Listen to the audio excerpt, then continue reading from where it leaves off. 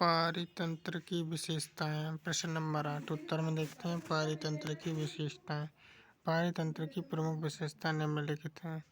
पहला पॉइंट है पारितंत्र किसी विशिष्ट स्थान तथा समय की इकाई है जिसमें उस स्थान के सभी जीवधारियों का उनके वातावरण संबंध का अध्ययन करते हैं। दूसरा पॉइंट है पारितंत्र में भौतिक, रासायनिक तथा जैविक प्रक्रियाओं का विशिष्ट समय तथा स्थान के स्तर को सम्मिलित किया जाता है। तीसरा पॉइंट है इस पारितंत्र में 3 प्रकार के तत्वों को सम्मिलित किया जाता है। जैविक, जीव संचार, जैविक यानी आवास। फिर यहाँ पे देखते हैं तथा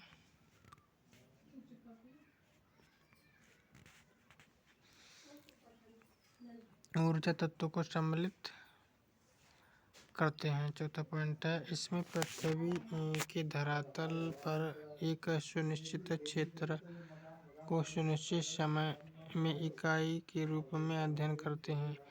पारितंत्र में एक स्थान व समय की इकाई में सभी जीवधारियों तथा उनके भौतिक वातावरण की अंतःक्रियाओं तथा निर्भरता का अध्ययन किया जाता है। फिर आगे देखते हैं छठा पॉइंट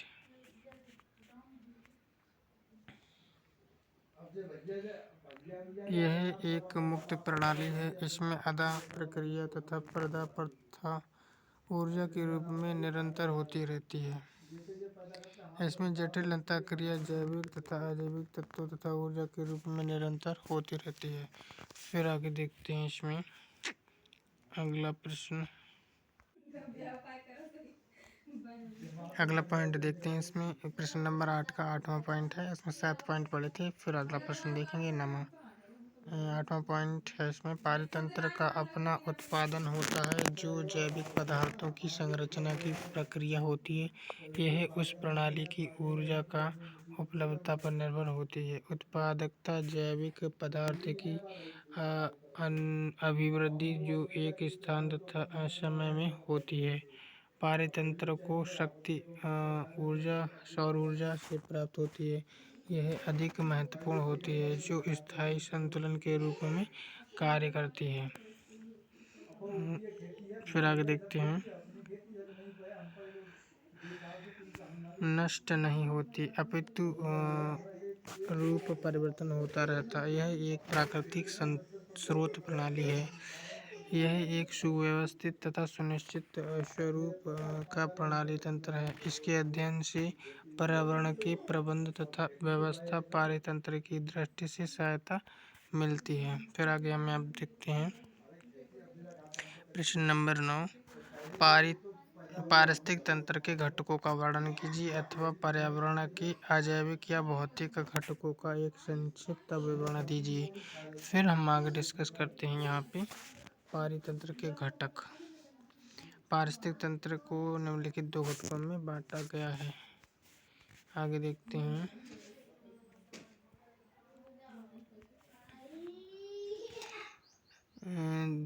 इसमें जो 2 घटक हैं वो जैविक घटक, अजैविक घटक। जैविक घटक में आते हैं। जैविक घटक को 3 उपघटकों में विभाजित किया जा सकता है जिनका विवरण निम्न प्रकार है। उत्पादक है पहला ये हरे पादप एवं प्रकाश संश्लेषी बैक्टीरिया हैं जो सूर्य के प्रकाश में अकार्बनिक पदार्थों के द्वारा जटिल कार्बनिक पदार्थ बनाते हैं। इसीलिए हरे पौधों को स्वपोषित करते हैं। स्वपोषित जीव अपना कार्बनिक पदार्थ स्वयं निर्मित करते हैं। ऊर्जा की उपलब्धता के स्रोत के आधार पर ये प्रकाश संश्लेषी या रसायन संश्लेषी होते हैं।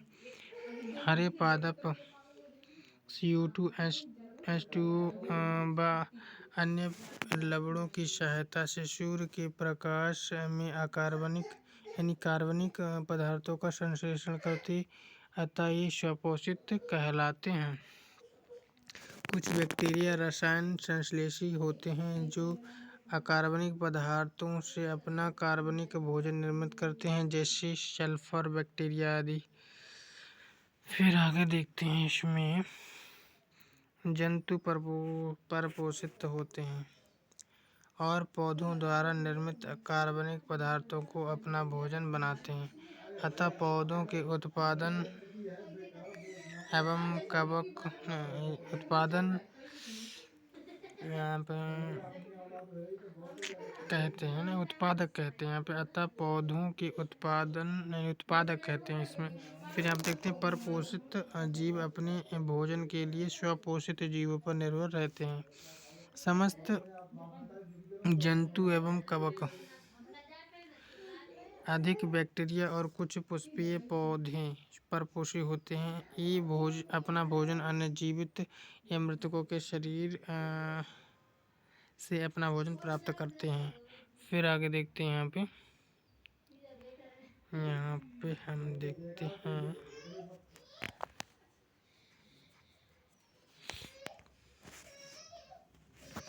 उपभोक्ता। जंतुओं को उपभोक्ता वर्ग के अंतर्गत रखा गया है, क्योंकि जंतु भोजन के लिए किसी न किसी रूप में उत्पादकों पर निर्भर रखा गया है। क्योंकि जंतु भोजन के लिए किसी न किसी रूप में उत्पादकों पर निर्भर रहते हैं। अपघटक ये पारिस्थितिकी तंत्र के सूक्ष्म जीव हैं, जैसे मृतजीवी, कवक तथा बैक्टीरिया, जो यहाँ पे देखते हैं जो मृत तथा क्षय होते हुए उत्पादकों तथा उपभोक्ताओं का संक्रमण करके जटिल कार्बनिक पदार्थों को सरल यौगिकों में अपघटित कर देते हैं। यहाँ पे देखते हैं ये यौगिक पुनः उत्पादकों द्वारा उपभोग में लाए जाते हैं। फिर आगे देखते हैं यहाँ पे आते हैं दूसरे पॉइंट में, अजैविक घटक। अजैविक घटक के भी 3 अपघटक होते हैं, जिनका विवरण निम्न प्रकार है। अकार्बनिक पदार्थ N2 यानी nitrogen, P phosphorus, O oxygen, O2 oxygen जीवी है, H2 फिर H2O। फिर आगे देखते हैं इसमें वातावरण में इनका चक्रण होता रहता है। दूसरे पॉइंट में देखते हैं कार्बनिक पदार्थ। इनमें कार्बोहाइड्रेट्स व प्रोटीन आदि पदार्थ सम्मिलित हैं। विभिन्न अकार्बनिक पदार्थ चक्रण द्वारा जैवीय घटक में प्रवेश कर कार्बनिक पदार्थों में बदल जाते हैं। जीव की मृत्यु हो जाने पर कार्बनिक पदार्थ पुनः यानी सब्सटेंस अजैव व अजीवीय घटकों को जोड़ने का कार्य करते हैं। फिर आगे देखते हैं यहाँ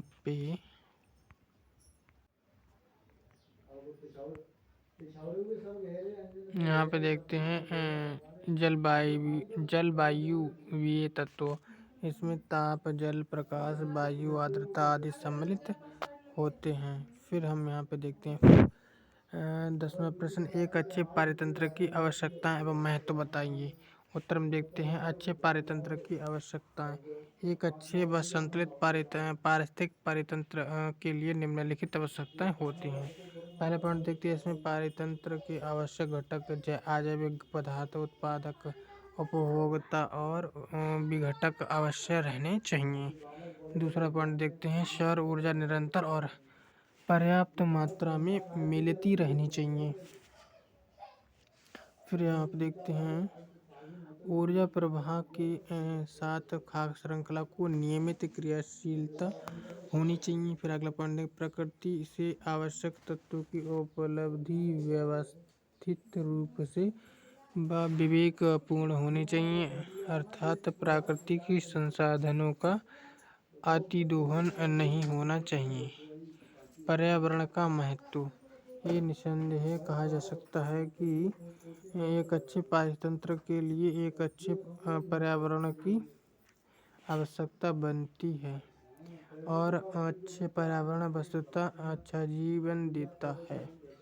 पारिस्थितिक तंत्र में पर्यावरण की शुद्धता व क्रियाशीलता ही उसे अच्छा व संतुलित बनाए रख सकती है।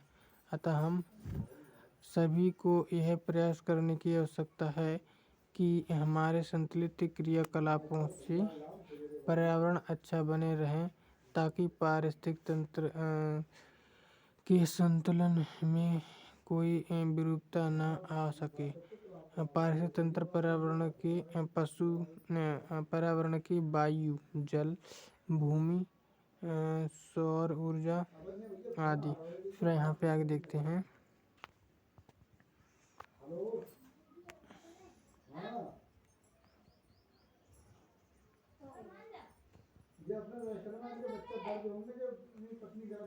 आदि फिर अजैविक घटकों तथा वनस्पति, पशु, जीव जंतु, मानव आदि जैविक घटकों की पारस्परिक क्रियाओं पर आधारित हैं। ये क्रियाएं व संक्रियाएं ऊर्जा प्रवाह तथा पोषक चक्र से संचालित होती हैं। फिर यहाँ पर डिस्कस करते हैं प्रश्न नंबर 11। अच्छे पारितंत्र के गुण बताइए। अच्छे पारितंत्र के गुण। संतुलित पारितंत्र एक अच्छा पारितंत्र कहलाता है। एक अच्छे पारितंत्र में निम्नलिखित गुण पाए जाते हैं। अच्छे पारितंत्र में नियमित भोजन जाल, भोजन श्रृंखला तथा निर्बाध ऊर्जा प्रवाह देखने को मिलता है। अच्छे पारितंत्र के सभी घटकों में स्वस्थ संतुलन की आवश्यकता देखने को मिलती है। अच्छे पारितंत्र में पारितंत्र के सभी आवश्यक संघटक, अजैविक पदार्थ, उत्पादक, उपभोक्ता तथा विघटक अनिवार्य व आवश्यक मात्रा में रहते हैं। यहाँ पे देखते हैं।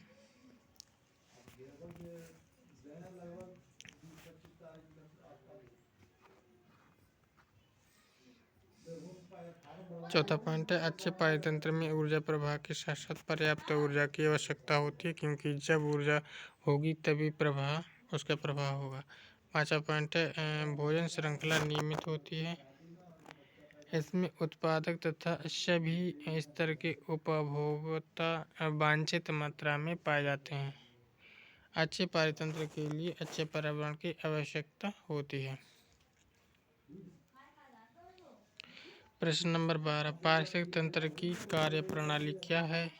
पोषण स्तर किसे कहते हैं? इसके प्रकार बताइए। फिर यहाँ पे देखते हैं उत्तर में पारिस्थितिक तंत्र की कार्यप्रणाली।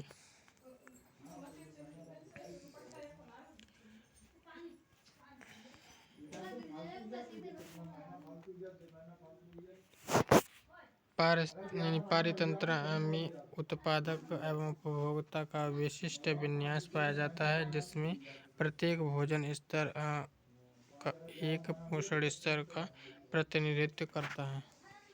आहार पोषण विशिष्ट पदानुक्रम में संपन्न होता है। आहार तथा ऊर्जा एक जीव से दूसरे जीव में एक विशेष श्रृंखला के रूप में स्थानांतरित होते हैं, जिसे आहार श्रृंखला कहते हैं, तथा जिस बिंदु पर एक जीव से ऊर्जा दूसरे जीव में स्थानांतरित होती है उसे पोषण स्तर कहते हैं। फिर आगे देखते हैं यहाँ पे।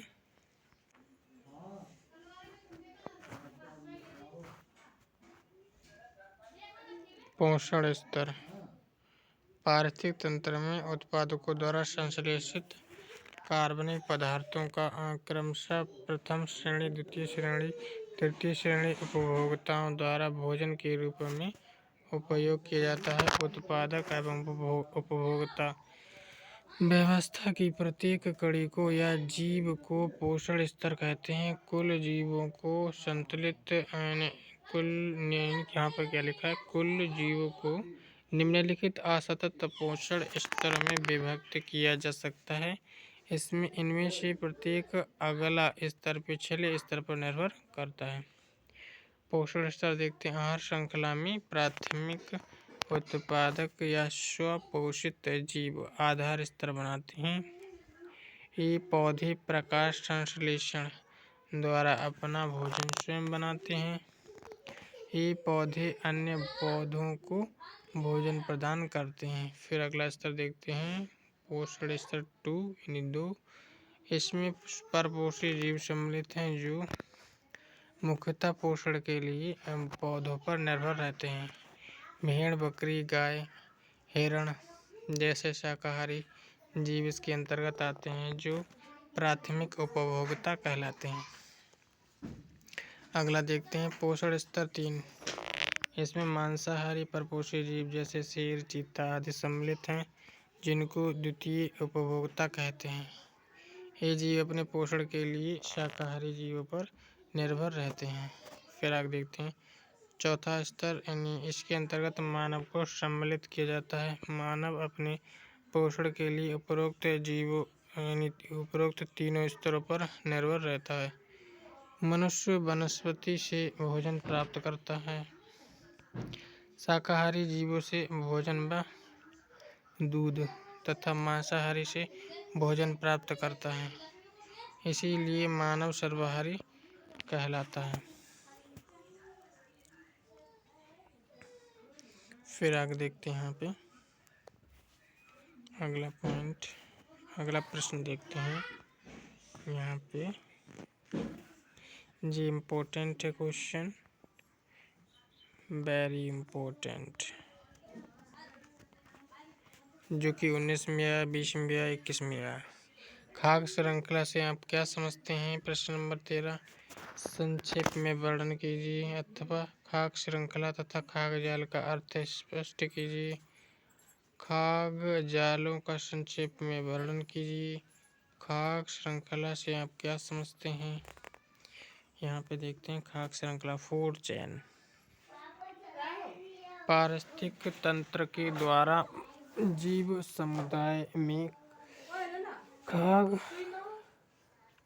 पदार्थों को संचालन तथा ऊर्जा का प्रवाह होता है।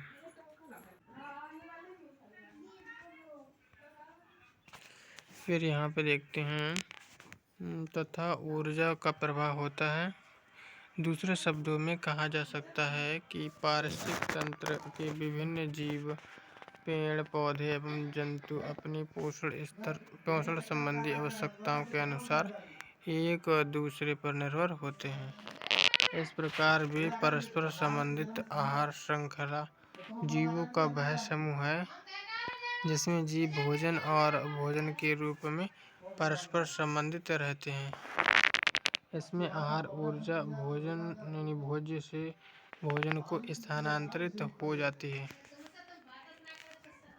फिर आगे देखते हैं यहाँ पे आहार या श्रृंखला के प्रकार।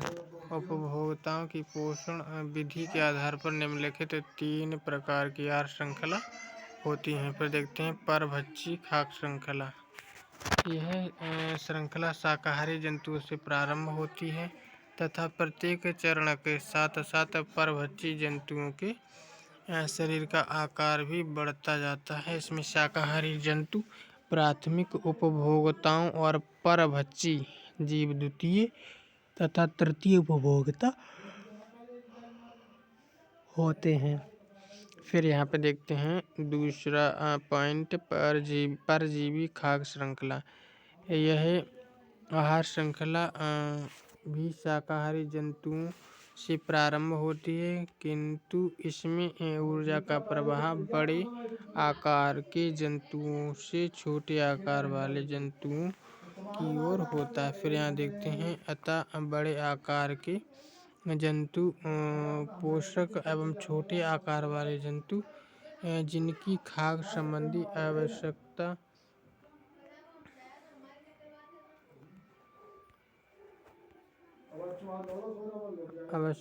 पोषक के द्वारा पूर्ण होती है, परजीवी कहलाते हैं। आगे देखते हैं तीसरा पॉइंट मृतजीवी खाद्य श्रृंखला। इसके अंतर्गत भोज्य ऊर्जा मृतक जंतुओं एवं पेड़ पौधों से क्षय होते हुए कार्बनिक पदार्थों से जीवाणु आदि जीवों में स्थानांतरित होती है। फिर आगे देखते हैं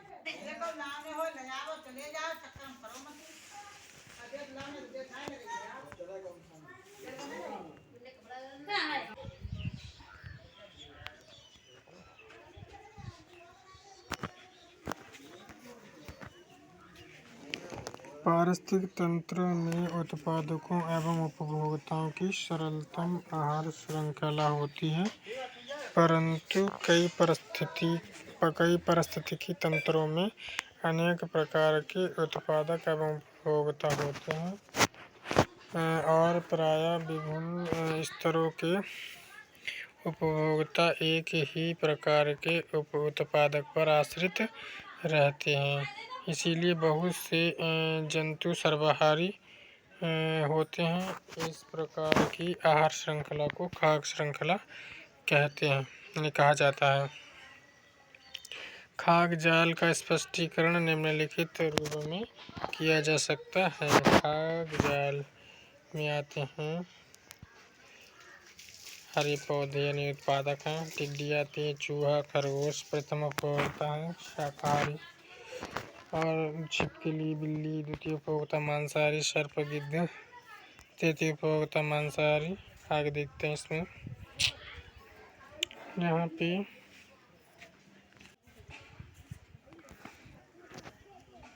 देखते हैं प्रश्न नंबर 14। पारिस्थितिक पिरामिड का संक्षेप में वर्णन कीजिए।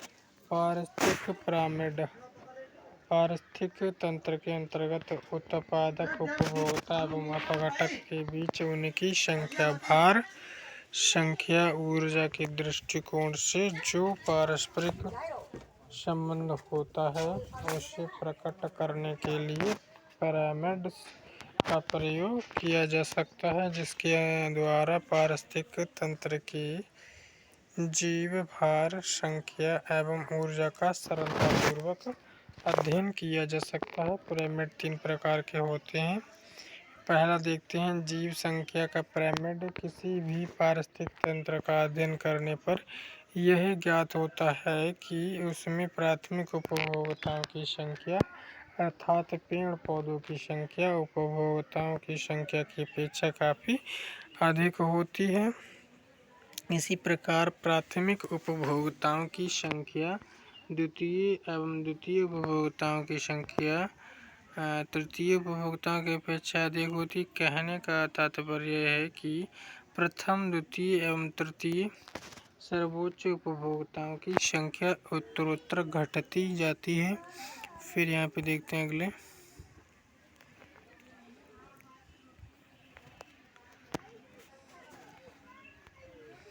घटती जाती। ऐसे पारिस्थितिक तंत्र में जीव संख्या का पिरामिड सीधा बनेगा, जिसमें पिरामिड का आधार चौड़ा होगा और शिखर की ओर उपभोक्ताओं की संख्या उत्तरोत्तर घटती जाती है। ऐसे पारिस्थितिक तंत्र में जीव संख्या का पिरामिड सीधा बनेगा, जिसमें पिरामिड का आधार चौड़ा होगा और शिखर की ओर उपभोक्ताओं की संख्या कम होने के कारण क्रमशः कम होता जाएगा। उदाहरण के रूप में किसी वन पारिस्थितिकी तंत्र में पेड़ पौधों की संख्या प्राथमिक उपभोक्ताओं जैसे हिरण, खरगोश की अपेक्षा संख्या में अधिक होते हैं। आगे देखते हैं प्राथमिक उपभोक्ताओं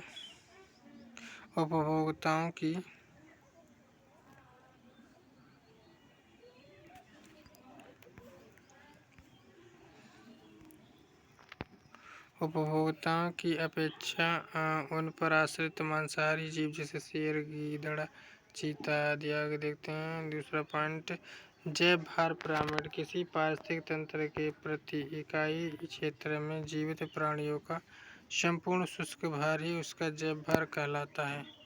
अगले देखते हैं तीसरा पॉइंट में ऊर्जा का पिरामिड। पारिस्थितिक तंत्र में उपलब्ध खाद्य श्रृंखला के प्रत्येक स्तर पर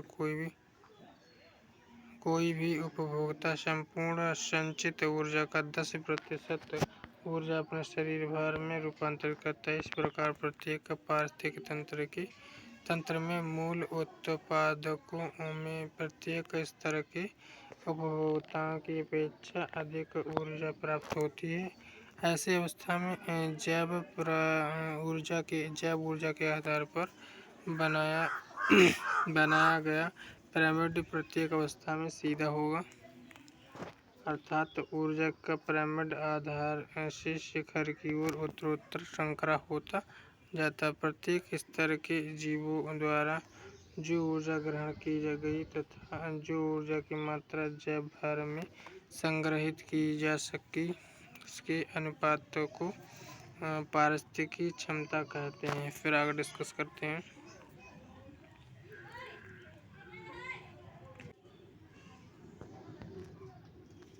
प्रश्न नंबर 15 देखते हैं। पर्यावरण शिक्षा में विद्यालयों एवं शिक्षकों की क्या भूमिका व जिम्मेदारी है? उत्तर में देखते हैं। पर्यावरणीय शिक्षा में विद्यालयों और शिक्षकों की भूमिका। एक चीनी कहावत के अनुसार यदि आप 1 वर्ष आगे की बात सोच रहे हैं तो चावल उगाएं। यदि आप 10 वर्ष की बात सोच रहे हैं तो पेड़ लगाएं। और यदि आप 100 वर्ष की बात सोच रहे हैं तो लोगों को शिक्षित करें। जी ये क्वेश्चन आंसर इम्पोर्टेंट है जो कि 2021 में। आगे इसमें देखते हैं। उपरोक्त कहावत की महत्ता उसके दार्शनिक ज्ञान में निहित है। यह शिक्षा को मानव वृद्धि और प्रगति में सबसे महत्वपूर्ण क्षेत्र के रूप में स्थान देता है। आगे देखते हैं।